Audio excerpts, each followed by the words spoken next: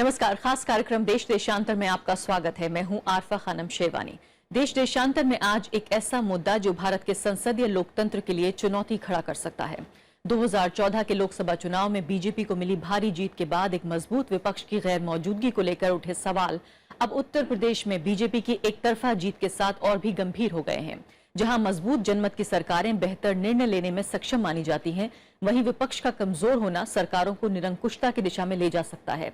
एक लोकतंत्र में जितना महत्व सत्ता पक्ष का है, उससे कम महत्व विपक्ष का भी नहीं। सरकार की नीतियों पर नजर रखना, जवाबदेही तय करना और जनता के सरोकारों से जुड़े सवाल पूछना। विपक्षी पार्टियों और खासकर कांग्रेस पार्टी की राजनीतिक ताकत और धीमी होती आवाज, आखिर किस तरह के संकेत हमें मिल रहे हैं और आगे की दिशा क्या होनी चाहिए?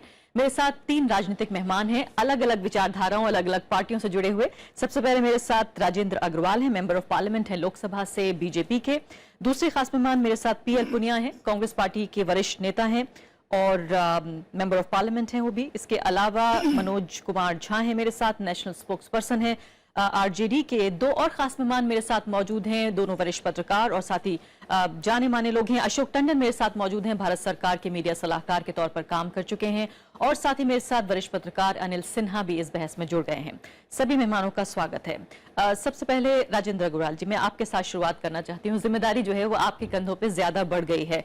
क्या वाकई एक सरकार के तौर पर कहा यह जाता है कि दरअसल जो संसद है उसके दो पहलू होते हैं, दो चेहरे होते हैं, एक सत्ता पक्ष और दूसरा विपक्ष। क्या ये बात सरकार को चिंतित करती है? क्या बीजेपी के लिए भी चिंता की बात है कि विपक्ष धीरे धीरे धीमा होता जा रहा है? देखिए, स्वस्थ लोकतंत्र के लिए विपक्ष का मजबूत रहना और विपक्ष का अच्छे प्रकार से सक्रिय रहना, ये दोनों बातें बहुत महत्वपूर्ण है। और ये बात तो ठीक है कि चुनाव के पश्चात जो प्रतिनिधि आते हैं उनकी संख्या उसी हिसाब से निर्धारित होती है और ये तो संभव नहीं है कि सत्ता पक्ष अपने कुछ सांसदों को विपक्ष में भेज दे, ये तो संभव नहीं है। लेकिन कुल मिलाकर के मैं ये मानता हूं कि न्यूमेरिकल जो स्ट्रेंथ है वो कितनी भी हो, परंतु यदि मुद्दों के ऊपर विपक्ष अपनी भूमिका ठीक से निभाए तो उस भूमिका को निभा सकता है। और इसीलिए मुझे वर्तमान जो परिदृश्य है लोकसभा का, या अभी जैसे आपने विधानसभा का उत्तर प्रदेश का भी जिक्र किया, तो उसमें मुझे सत्ता पक्ष की संख्या उतनी चिंतित नहीं करती। मुझे विपक्ष की जो मुद्दा विहीनता है वो मुझे ज्यादा चिंतित करती है। मुझको ऐसा लगता है कि थोड़ा सा नरेंद्र मोदी के आने के बाद से कुछ देश की राजनीति का ग्रामर कुछ बदला है, कुछ उसके मुहावरे भी बदले हैं। मैं भाजपा के नाते भी आप मान सकते हैं, मैं कह रहा हूं एक विकास की राजनीति की जाए, वोट बैंक की राजनीति से छुटकारा पाया जाए, या भ्रष्टाचार, ये तो चलिए एक अलग विषय हो गया। ये जो एक ग्रामर बदला है, मुझको ये लगता है कि थोड़ा सा विपक्ष को भी इस संबंध में पिछले अपने 50-60 साल में जिस प्रकार से राजनीति चली आती रही है उससे अपने को अलग करना पड़ेगा और मुद्दों की राजनीति करनी पड़ेगी। राजेंद्र अग्रवाल जी, लेकिन समस्या यह है कि अगर बीजेपी को चिंता होती तो शायद लीडर ऑफ ऑपोजिशन जो है लोकसभा में आप नियुक्त करते। क्या वो पद खाली आपको अच्छा लगता है? नहीं, वो तो एक संसदीय परंपरा है, जो व्यवस्था है ये। हालांकि आपकी बात ध्यान में होगी, सबके ध्यान में होगी कि केवल इस वजह से जहां कहीं भी नेता प्रतिपक्ष की अनिवार्यता होती है लोकतांत्रिक संस्थाओं के अंदर, वहां कानून के अंदर परिवर्तन किया गया, संशोधन किया गया कि सबसे बड़े विपक्षी दल क्या का नेता उसके अंदर उस भूमिका को निभाएगा। लेकिन ये एक नजरिया है, आप किस ढंग से देखते हैं। लेकिन मैं समझता हूं कि संवैधानिक दृष्टि से कोई दोष नहीं है। नेता प्रतिपक्ष के नाते संख्या होती है तो उनको कोई, क्योंकि देश की फिलहाल देश की सबसे बड़ी पार्टी कम से कम बड़ा दिल दिखाती है और नंबर ना होने के बावजूद भी अगर लीडर हो सकता था, ये भी हो सकता था। मैं इस पर एकदम से ऐसा नहीं कहूंगा कि ये नहीं हो सकता था। लेकिन यदि नेता प्रतिपक्ष नहीं भी है परंतु उनको वैसा सम्मान है तो उसके अंदर वो अपनी सशक्त भूमिका निभा सकते हैं, इसमें कोई किसी प्रकार की बाधा नहीं है। जी हाँ, तो फिलहाल सबसे महत्वपूर्ण बात यह है कि अब तक लोकसभा की जो तस्वीर नजर आ रही थी, अब राज्यों में जो चुनाव हो रहे हैं और बीजेपी एक बड़े प्लेयर के तौर पर या एक विजयी पार्टी के तौर पर जब उभर रही है, तो बहुत जल्द ऐसा लगता है कि राज्यसभा की तस्वीर भी बदल जाएगी और तब शायद ये संकट हमारे सामने और ज्यादा गहराई के साथ पेश होगा कि लोकसभा के अलावा अब राज्यसभा में भी विपक्ष की धीमी होती आवाज आखिर भारत की जो संसदीय लोकतंत्र की प्रणाली है उसके लिए किस तरह के गंभीर सवाल पैदा करते हैं। पीएल पुनिया जी, बहुत दिलचस्प बात यह है कि कांग्रेस पार्टी, जिसको भारत में शासन करने का और राजनीति का सबसे बड़ा तजुर्बा है, दरअसल वो लगभग पिछले 3 साल में अभी तक अपने को विपक्ष की भूमिका में ऐसा लगता है ढाल ही नहीं पाई है। आप जिन नीतियों को अपने सामने रख रहे हैं वो वही नीतियां हैं जो कि यूपीए 2 के हार की वजह बनी, लेकिन उन नीतियों पर आप अभी भी कायम हैं। अंग्रेजी में अगर कहा जाए तो अभी भी एनडीए सरकार की जो नीतियां हैं दरअसल उनको निट पिकिंग जिसे कहते हैं, बातों को उठाकर आप सामने रखना चाहते हैं, बजाय इसके कि आप नीतियों पर ध्यान दें, बजाय इसके कि जो उनकी फंक्शनिंग है, यानी जिस तरह से वो अमली जामा अपनी नीतियों को पहना रहे हैं उस पर आप ध्यान दें, उनको रेखांकित करें और जनता के पास जाएं।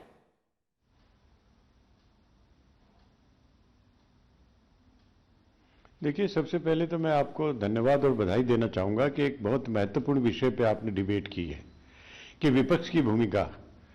आप जानते हैं कि हमने जो हिंदुस्तान में जो पार्लियामेंट्री सिस्टम ऑफ गवर्नमेंट, जो वेस्टमिंस्टर सिस्टम ऑफ गवर्नमेंट, वो अपनाया है, जिसमें सरकार पार्लियामेंट के प्रति अकाउंटेबल रहती है, वो सिस्टम है। और वहाँ इंग्लैंड में हर मैजेस्टीज गवर्नमेंट कहलाती है, तो हर मैजेस्टीज अपोजिशन भी कहलाती है। तो अपोजिशन हो या गवर्नमेंट हो, वो हर मैजेस्टी की है, सरकार की है। तो वो मॉडल हमने किया है। लेकिन दूसरी तरफ अगर हम ये कहें कि जो मेन अपोजिशन पार्टी है कि कांग्रेस विहीन यहाँ पर कांग्रेस मुक्त भारत होगा, तो ये नजरिया ठीक नहीं है। उस नजरिया को ठीक करने की आवश्यकता है। दूसरा, आपने कहा कि हम अभी सत्ता पक्ष में ही कई उसमें मोड में हैं और विपक्ष के मोड पे नहीं। तो मैं समझता हूं कि प्रधानमंत्री जी या भारतीय जनता पार्टी की सरकार तो इसी बात से परेशान है कि कांग्रेस पार्टी बहुत ज्यादा अपोजिशन के रोल में है, और जो भारतीय जनता पार्टी की और नरेंद्र मोदी जी के नेतृत्व में जो सरकार चल रही है, कौन सी नई नीति है जो इन्होंने अपनाई है, या यूपीए सरकार की नीति को इन्होंने छोड़ा। आधार कार्ड के बारे में इन्होंने कहा था कि ये एक ऐसा है पॉलिसी है, ये बिल्कुल बेकार है, इसको अगर हम सरकार में आएंगे रद्दी टोकरी में फेंका जाएगा। नहीं पीएल पुनिया जी, ये बहुत लंबी बहस है इसी कार्यक्रम में। माफ कीजिएगा आपको रोक रही हूँ, माफ कीजिएगा आपको रोक रही हूं, लेकिन मैं बहुत पॉइंटेड सवाल पूछना चाहती हूं। यहाँ 5 मेहमान हैं, मैं चाहती हूं दर्शकों तक ज्यादा से ज्यादा विचार पहुंचे और ज्यादा से ज्यादा सूचना पहुंचे। मैं पॉइंटेड सवाल आपसे ये पूछ रही हूं कि भारत के इतिहास में, बल्कि मानवता के इतिहास में डीमोनेटाइजेशन, नोटबंदी इतना बड़ा मुद्दा रहा जिसने आज तक मानवता के इतिहास में एक पॉलिसी ने इतनी बड़ी तादाद में लोगों को कभी नहीं प्रभावित किया। उसके बावजूद 5,000, 10,000 लोग, इतनी बड़ी पॉलिटिकल पार्टी सड़क पर लाने में नाकाम रही। आप किस तरह के विपक्ष की बात कर रहे हैं?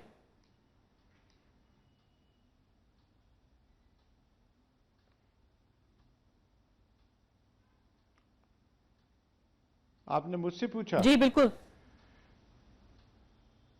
देखिए, आप अच्छी तरह से जानते हैं कि डीमोनेटाइजेशन के बाद में कितने लोगों को परेशानी हुई। वो तो अपने नोट लिए हुए लाइन में लगे हुए थे। वो आगे जाके अगर धरना प्रदर्शन करते तो उनके नोटों के बदले कौन करते? वो तो दिनों दिन लाइन में लगते थे और वहां जाके पहुंचते थे कि साहब नोट खत्म हो गए और फिर किसी और दिन आना।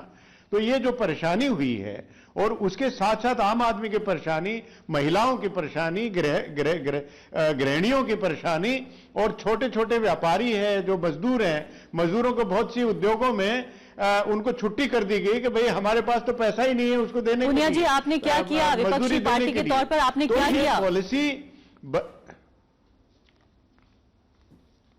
नहीं, जगह जगह पर हमने उसके लिए मीटिंगें की, धरना प्रदर्शन किया, सब पूरा किया। क्यों नहीं किया? जो एक विपक्षी दल हो सकता था, हम तोड़ फोड़ में विश्वास नहीं रखते, लेकिन एक विपक्षी दल की हैसियत से जो मुद्दे को गंभीरता से उठा सकते थे वो हमने जरूर उठाया। एक अपोजिशन का रोल हमने पूरी तरह से अदा किया।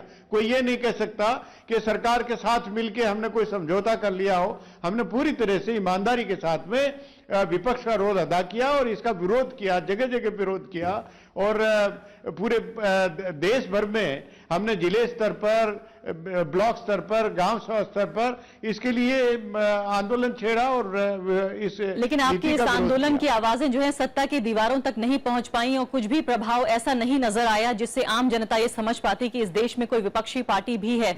डॉक्टर मनोज झा, ये बताइए, बहुत महत्वपूर्ण सवाल यहां पर ये उठ रहा है कि आखिर कांग्रेस पार्टी के ऊपर पूरा बोझ हमने डाल दिया कि पूरे देश में जो है, क्योंकि सत्ता में ये सबसे ज्यादा रहे, अब चूंकि इनसे बड़ी कोई पार्टी नहीं है तो विपक्ष में जो है सब राहुल गांधी का मुंह देख रहे हैं, उनका चेहरा देख रहे हैं, या बाकी कांग्रेस पार्टी के बड़े नेताओं का चेहरा देख रहे हैं।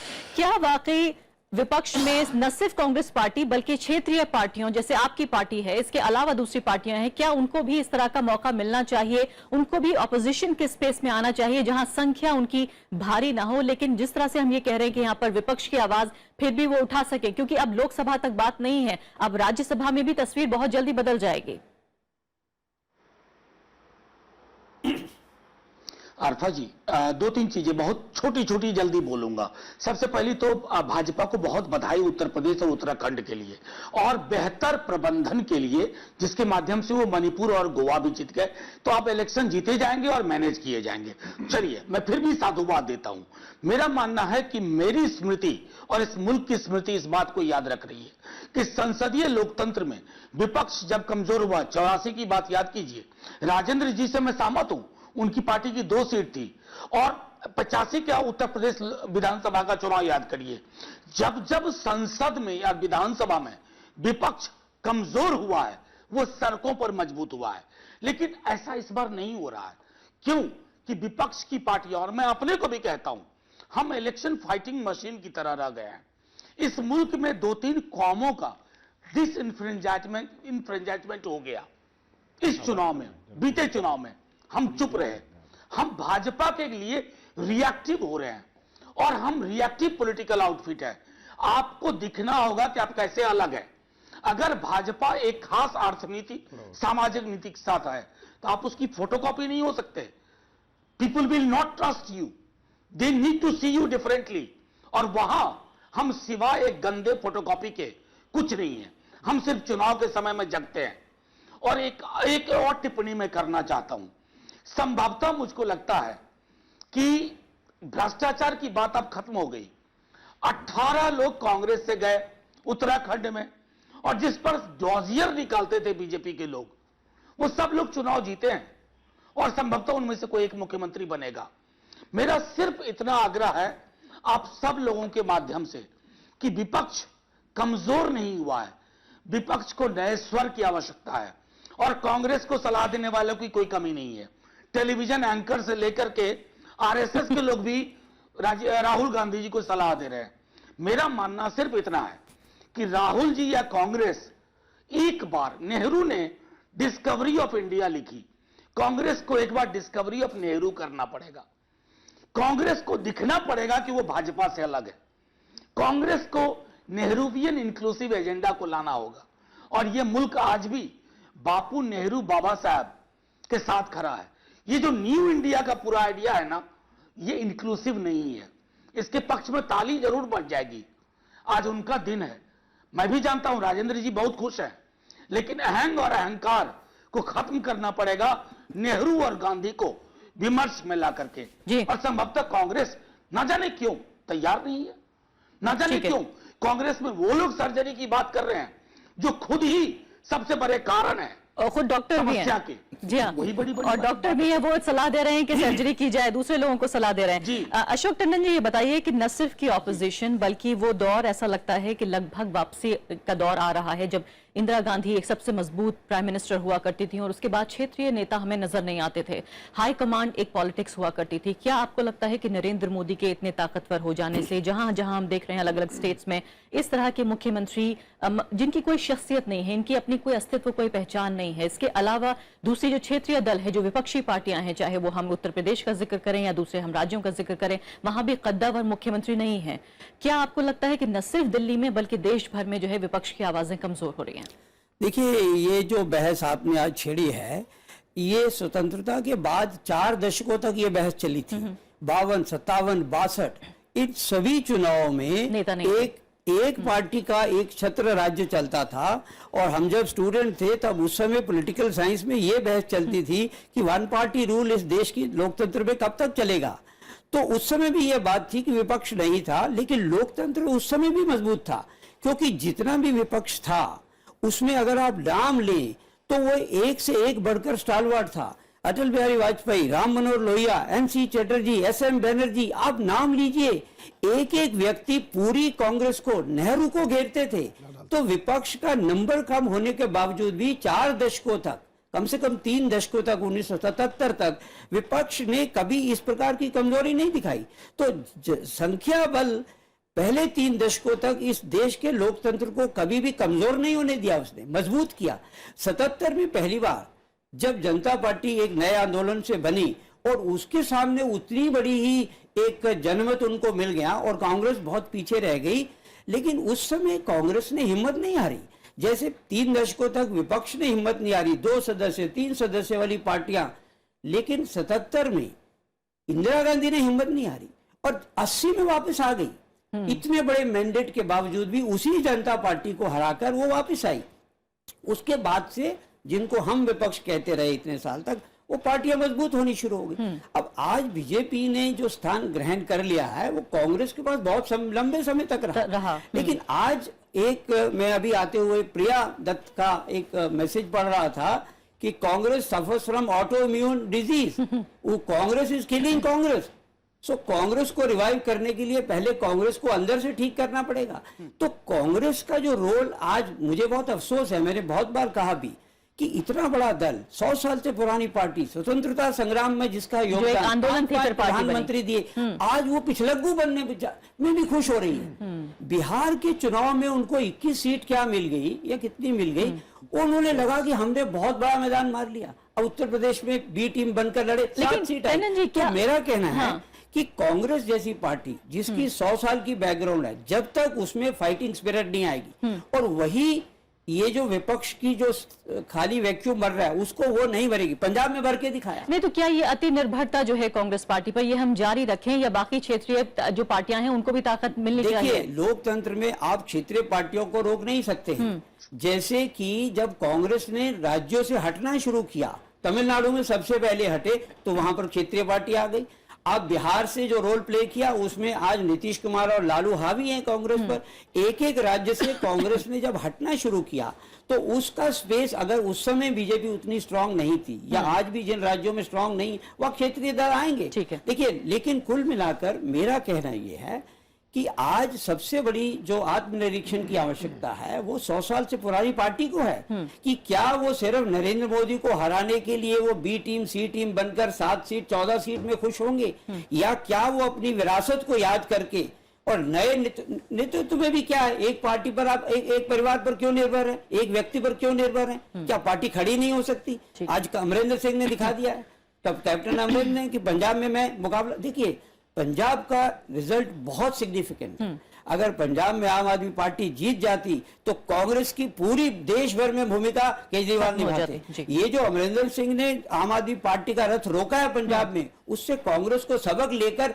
अपने आप को दोबारा से रिवाइव करने की प्लानिंग करनी चाहिए, ना कि केवल नरेंद्र मोदी को रोकने के लिए हम महागठबंधन बनाएंगे और खुद अपने आप को मलियामेट करते जाएंगे। अनिल सिन्हा जी, यहाँ एक और जो महत्वपूर्ण सवाल है वो ये उठ रहा है कि कई लोग दलील ये दे रहे हैं कि पॉलिटिकल ऑपोजिशन कमजोर है, लेकिन आप ये देखिए कि विपक्ष की आवाजें उन दयारों से आ रही हैं जहां पर शायद किसी ने उम्मीद नहीं की थी। यूनिवर्सिटीज जो है वो विपक्ष की भूमिका निभा रहे हैं, जो बुद्धिजीवी हैं, कलाकार हैं, फिल्मकार हैं, पत्रकारों का एक तबका जिनको कह दिया गया है कि वो राष्ट्र विरोधी हैं, वो तक जो है एक तरह से विपक्ष की भूमिका निभा रहे हैं। क्या हम इस सवाल से मुंह फेर सकते हैं कि अगर ये तबका विपक्ष की भूमिका निभा रहा है तो क्या अगर पॉलिटिकल पार्टीज ना भी निभाएं तो कोई बात नहीं है? नहीं, ऐसा नहीं है। ऐसा है कि विपक्ष जब हम बात करते हैं ना, तो जो विरोध की आवाज है सबको आपको इंक्लूड करना पड़ेगा और उसमें सिर्फ संसदीय विपक्ष को नहीं मानना चाहिए। जैसे कि अगर जिस दौर की बात की इन्होंने टंडन साहब ने, उसमें आप देखें कि 60 के या जो 50 के दशक है उसमें जयप्रकाश नारायण, विनोबा भावे, ऐसे लोग हैं जो संसद में नहीं थे लेकिन संसद की बहस को या जो देश की राजनीति है उसको प्रभावित करते थे और बहुत उनकी ताकत थी। कश्मीर जैसे सवाल पर जिसमें सारा देश अलग राय रखता था लेकिन वो जयप्रकाश नारायण की अलग राय थी और लोग उसको मानते थे तो और उसका कद्र करते थे। तो ये हम देखें, मुझको लगता है क्या कि इतने इस दौर में जो आवाज जिसको आप कहते हैं जनता की आवाज या जो एस्टेब्लिशमेंट के खिलाफ की जो आवाज है वो आवाज इन जनरल कम हुआ है और उसमें विपक्ष और सत्ता पक्ष की एक सहमति है। मैं ये नहीं मानता कि विपक्ष कमजोर हो गया है, पॉलिटिक्स एज सच कमजोर हुआ है जिसकी वजह से आप ये दिख रहे हैं। क्यों ऐसा है कि पुनिया साहब कह रहे हैं कि उन्होंने वो जो हमारे ही थे उसको, ये कंसेंसस है उनके बीच में पॉलिटिकल क्लास में जो जन विरोधी है। जैसे कि आप लेबर लॉज लीजिए, लेबर लॉज तो पास हो रहा है, उसका कहाँ विरोध हो रहा है? कोई पार्टी उसके खिलाफ कहाँ रोड पे आ रही है? ये जो सवाल भी कर रहा है विपक्ष कमजोर क्यों दिख रहा है? इसलिए कि जो जनता के सवाल है उसको उठा नहीं रहा है ठीक से, और जो सही सवाल है उसको भी नहीं उठा रहा है। तो क्या इस दौर में ये होना और चाहिए? एक मिनट इसको मैं जरा और साफ कर दूं कि आप देखें कि 67 में ये सही इन्होंने कहा कि कितनी ताकत थी विपक्ष को 60 और 50 के दशक में। मैं अभी आंकड़े देख रहा था कि 44% जो है 1962 में कांग्रेस को मत मिला था, और 40% 67 में, जबकि नॉन कांग्रेसिज्म की पूरी लहर थी, उसमें 40% उनको वोट था। 283 उनके सीट्स थे और 361 उनको 62 में था। 6 लोग जीत कर आए थे सोशलिस्ट पार्टी से 62 में। राम मनोहर लोहिया ने 3 आना बनाम 15 आना का डिबेट चलाया और नेहरू जी को घेर कर उनको स्वीकार करना पड़ा कि ये जो है कहीं योजना आयोग की जो के आंकड़े हैं उसमें गड़बड़ी है। तो ये जो ताकत है विपक्ष ने इसलिए गंवा दिया है कि वैचारिक स्तर और जनता से कनेक्ट टूट गया है और वो उनके बीच उनकी आवाज को, ये जो आवाज जो कर आप देखें ना, घोटाले कौन लाया सामने? सारे घोटाले सामने आए या तो मीडिया के जरिए या राइट्स एक्टिविस्ट जैसे प्रशांत भूषण या ऐसे लोगों वो भी बीजेपी का काम नहीं था। ये बीजेपी का काम। जी हाँ मनोज जी, इसके अलावा महत्वपूर्ण बात यह है कि सिर्फ निट पिकिंग करके छोटे छोटे मुद्दे उठाकर जो है वो विरोध करना आसान है, लेकिन आंकड़े इकट्ठा करके जो परफॉर्मेंस है सरकार का उसमें जो है खामियां निकाल के जनता के सामने लाना शायद ही बहुत मेहनत का काम है, जो विपक्ष नहीं करना चाहता। मैं 2 चीजें कहूंगा। विपक्ष बिल्कुल करना, विपक्ष को भी स्लंबर से जगना होगा। हम चुनाव में जगते हैं, एक पॉलिटिकल एक्टिविटी, पॉलिटिकल वोकेशन 24/7 होनी चाहिए। हमने बीते 1.5 वर्षों में प्रतिरोध का सारा काम जेएनयू को सौंप दिया और विपक्ष की एक राजनीति को कांग्रेस को सौंप दिया। और मैं अनिल जी से कहूं, उन्होंने कहा कि जेपी नेहरू के नाम जो चिट्ठी है जेपी की और इंदिरा के नाम कश्मीर के बारे में, ये पोस्ट ट्रुथ युग है अनिल जी। अगर मैं वो चिट्ठी राज्यसभा टेलीविजन पे पढ़ दूं तो मुझको कल सुबह तक कत्ल करने लोग आ जाएंगे। ये मुल्क बदल गया है, नए भारत का उदय हो गया है। हम इसको सलाम नहीं कर सकते, लेकिन इसका प्रतिकार जरूर करेंगे। राजेंद्र अग्रवाल जी, एक बात जो आपसे पूछी जानी बहुत लाजमी है इस वक्त, वो ये है कि आखिर बीजेपी ने इस तरह का डिस्कोर्स क्यों खड़ा किया कि बीजेपी के ऊपर कोई भी सवाल उठाएं, आप प्रधानमंत्री के ऊपर कोई भी सवाल उठाएं तो आप इस राष्ट्र के खिलाफ चले गए हैं। सरकार कब से राष्ट्र बन गई? ऐसा कुछ नहीं किया गया है, ऐसा कुछ नहीं किया गया है। और आप ये देखें कि ये जो इन्फ्लुएंसेस हैं ये स्वयं जो हताशा में से विपक्ष के द्वारा पैदा किए गए, ऐसा कहीं किसी ने नहीं कहा। कुछ मुद्दे हैं जिनके ऊपर भाजपा का अपना स्टैंड है, कुछ उन मुद्दों पर विपक्षी दलों का स्टैंड है कुछ, परंतु वो मुद्दे इस प्रकार के वोट बैंक की राजनीति में फिर कह रहा हूं वो इतना डोमिनेट करती रही है कि उससे वो मुद्दे भी दिशा भ्रष्ट होते हैं। मैं इतनी बात केवल कहना चाहूंगा, क्योंकि समय की शायद सीमा होगी, मैं इतनी बात कहना चाहूंगा कि लोकतंत्र के अंदर या राजनीति के अंदर हमेशा गो टू द मासेस, ये उसका सूत्र है। और ये विपक्ष के लिए भी कह रहे हैं आप, जमीन खो रहे हैं, और विपक्ष के लिए भी कह रहे हैं आप ये बात। सबके लिए, पीएल पुनिया जी, यदि जब एक बात हमारे 2 सांसद रह गए थे, we went back to the masses and we regained our ground। बिल्कुल सही बात। तो यही कोई वो है, जब आदमी जनता के बीच में जाएं, उनके मुद्दों को समझे, उसको बारीकी से पकड़े, उसको विषय को उठाएं। और देखिए अभी टंडन जी इस बात का उल्लेख कर रहे थे या सिन्हा जी ने इस बात का उल्लेख किया, अकेले राम मनोहर लोहिया वो पूरी संसद उड़ा देते थे। चलिए मेरे पास 20 सेकंड है। पुनिया जी, कांग्रेस पार्टी को अपने से उम्मीद नहीं है, लेकिन बाकी अभी भी उम्मीद लगाए बैठे हैं। यहाँ सारे पैनलिस्ट कह रहे हैं कि जो करेगी कांग्रेस पार्टी करेगी। 20 सेकंड। नहीं, क्यों नहीं उम्मीद है? उम्मीद हमको है। और इतना कह देना कि बी टीम की तरह से काम करते हैं, ये मैं समझता सही नहीं है। दिल्ली में इससे पहले 15 साल तक कांग्रेस पार्टी की सरकार थी। आज वर्तमान में राजस्थान में सरकार, उससे पहले कांग्रेस पार्टी की सरकार थी। हरियाणा में उससे पहले 10 साल तक कांग्रेस पार्टी की सरकार थी। ये जो चलिए अच्छी बात है, फिलहाल इतिहास देख के बहुत खुश हो रही है कांग्रेस पार्टी। उम्मीद हम ये करते हैं कि भविष्य की तरफ भी कुछ नजर होगी। माफ कीजिएगा, समय मेरे पास समाप्त हो गया है। फिर दोबारा इस कार्यक्रम में चर्चा करेंगे इन मुद्दों को लेकर। फिलहाल अभी के लिए इतना ही। नमस्कार।